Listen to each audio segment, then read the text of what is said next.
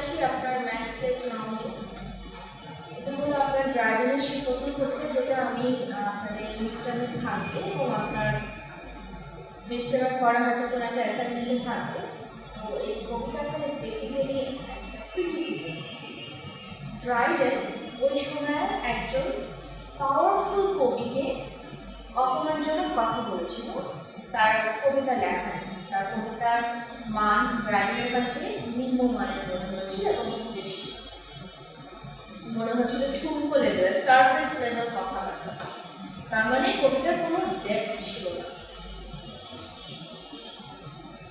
যেমন ড্রাইডেন ওই সময় খুব মানে খুব কবিতা লিখত এবং কিন্তু তার লেখাগুলো ওভাবে পড়া হতো না বা ওভাবে পাবলিশ হয় না বা ওরকম ভ্যালু পায়নি। কেন পায়নি? বিকজ ওই সময় যারা পাওয়ারফুল ছিল তাদেরকে মানুষ গুরুত্ব দিয়ে পড়ত। যেমন এখন আপনি একটা কিছু লিখলে সেটা পাবলিশ হবে কিনা আপনি জানেন না, বা ওটা মানুষ পড়বে কতটুকু পুরো থেকে সেটা আপনি জানেন না। কিন্তু এখন যদি কোনো পলিটিক্যাল কোনো নেতা একটা কিছু লিখলে সেটা কিন্তু তার পাবলিশ হবে, সেটা ছড়াবে, সেটা মানুষ এক্সাইটেড হয়ে পড়বে, কিনবে সেটা কবিতার বই এবং সেটা আপনার চর্চা হবে। এখন যদি একটু ক্ষমতাবান ব্যক্তি আসলে তার লেখা জানুনি হোক, তার থেকে কিছু বেনিফিটস যদি আপনি পান, তাহলে তো আপনি ওটাকে ভালো বলবেন, ওটা বলতে পারবেন না এটা খারাপ, বিকজ এখানে একটা পাওয়ার রিলেশন কাজ করে। সো ড্রাইডেন যেটা করে, উনি এই জিনিসটা ফিল করেন যে উনি যা যা লিখছেন বলছেন এই জিনিসগুলো খুব একটা ভ্যালু করা হচ্ছে না। যদিও তার কবিতাগুলো বেসিক্যালি বেশ ভালো মানের, কিন্তু সেই সময় যে ছিল ক্ষমতাবান ব্যক্তি, একজন রাজার মতো, সে খুবই লো লেভেল লিখত। সে সময় লেখাটা খুব ইম্পর্টেন্স আছে। লেখাটাকে আসলে বড় লোকদের বা অ্যারিস্ট্যাটিকের একটা কাজ, এবং আপনি তো কিছু লিখলে মানুষ পাত্তাই দেবে না, কেউ দেখবেও না।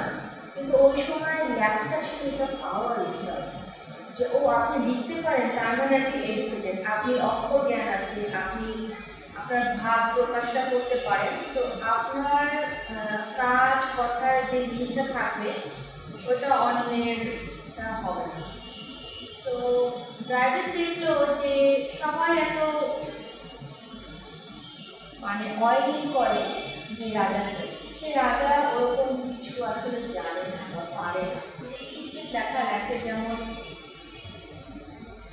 সে যদি দুঃখের কোনো কবিতা লেখে তখন মানুষ হাসি ওঠে, তার আলাদা।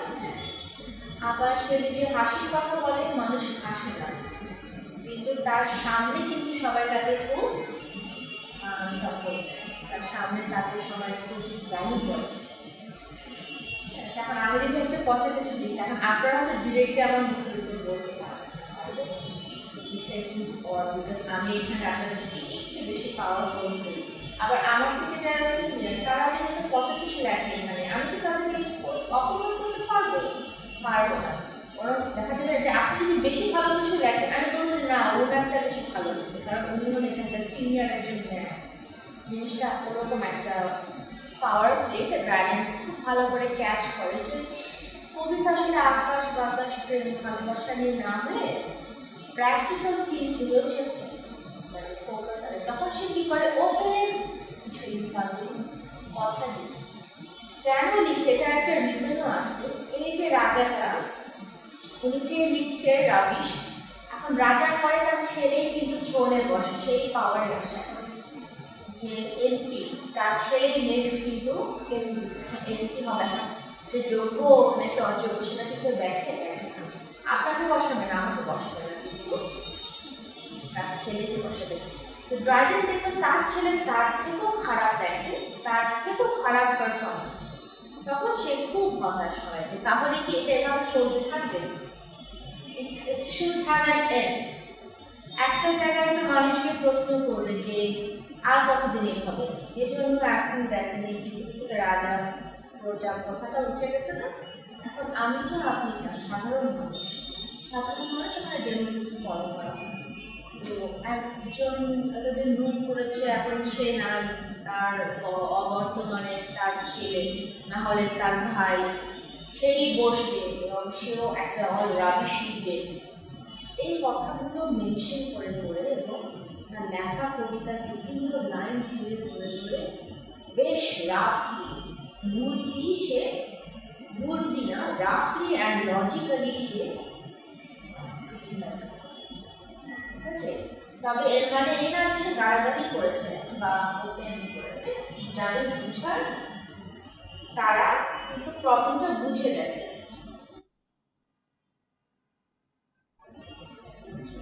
ঠিক আছে, তো আপনার এইটুকু পার্টটা শুনে মনে হতে পারে যে ড্রাইডেনের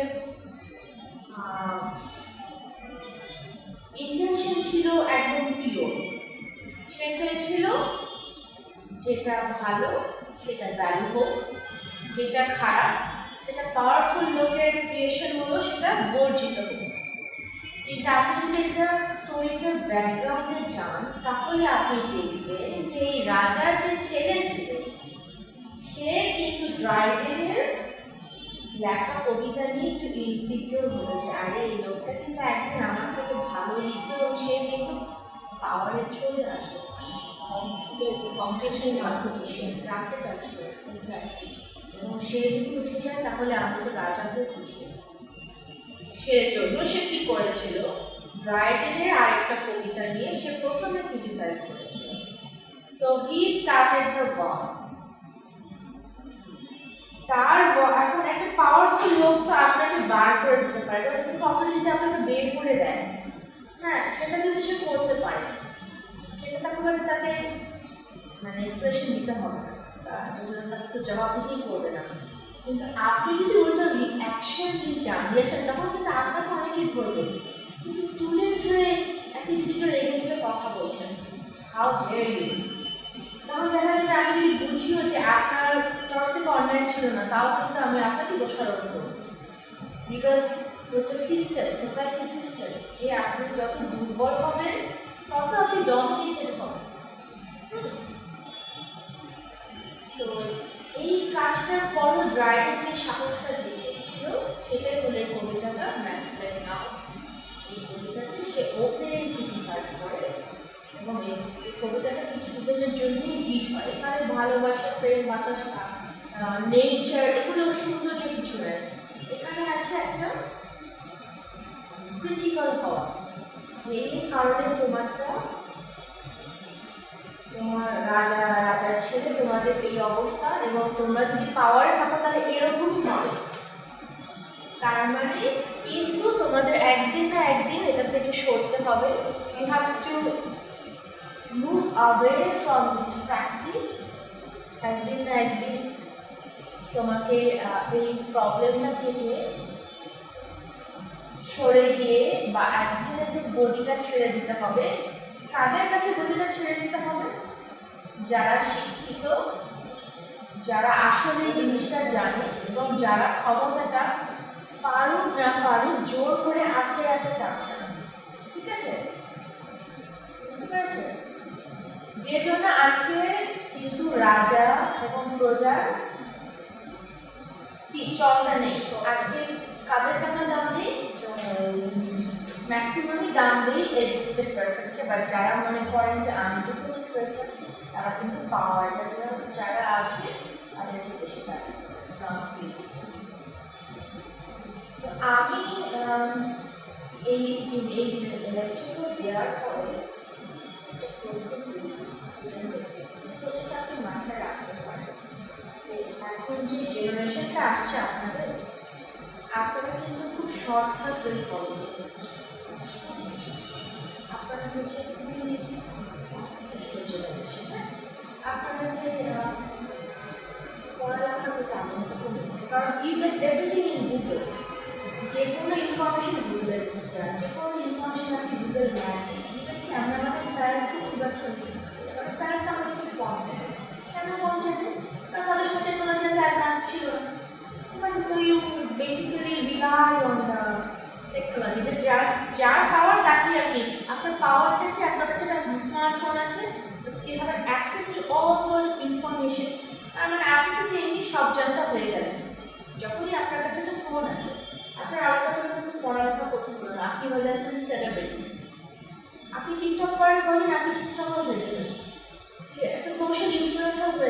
কদিন একটু হাসান, একটু এন্টারটেইন করেন, আপনাকে সবাই চিনবে, আমাদের কিন্তু কেউ চিনবে না, ঠিক আছে? বা এখানে দেশে মনে করেন যে যে কোভিডের ভ্যাকসিন আবিষ্কার করেছে তাকে কিন্তু কেউ চিনবে না, কিন্তু আপনি ফেসবুক খুলে যে লাইভ করতে আপনি চেনেন।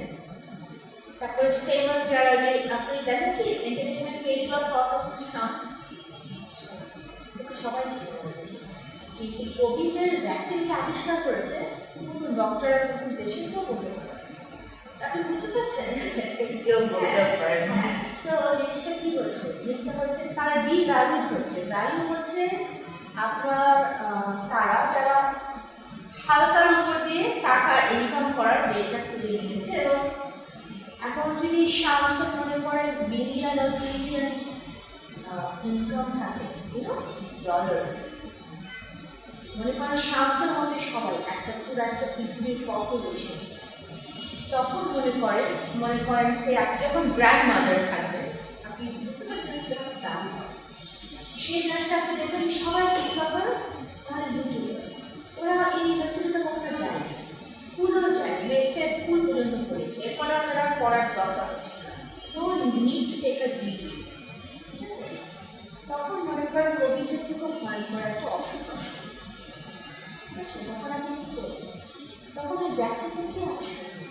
সবার কাছে টাকা আছে, বাট কি নাই রিসার্চ করার, কি নেই করার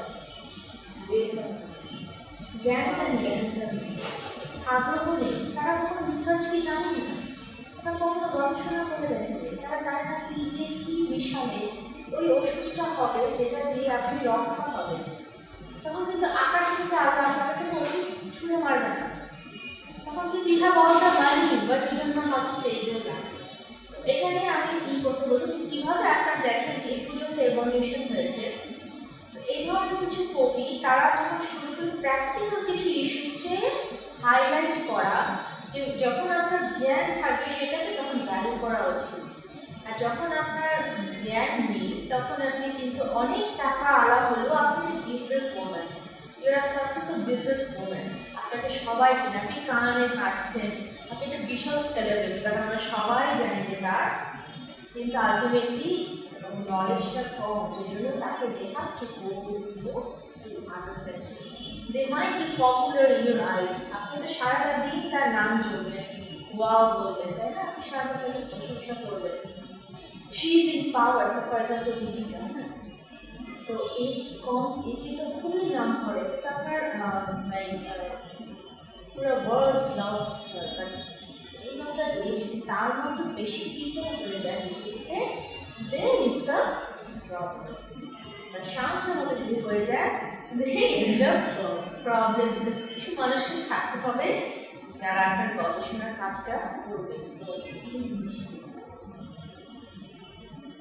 তো এটাই ছিল, আমি হয়তো একটা কোয়েশ্চেন এরকম লিখে দিতে পারি যে তাহলে কি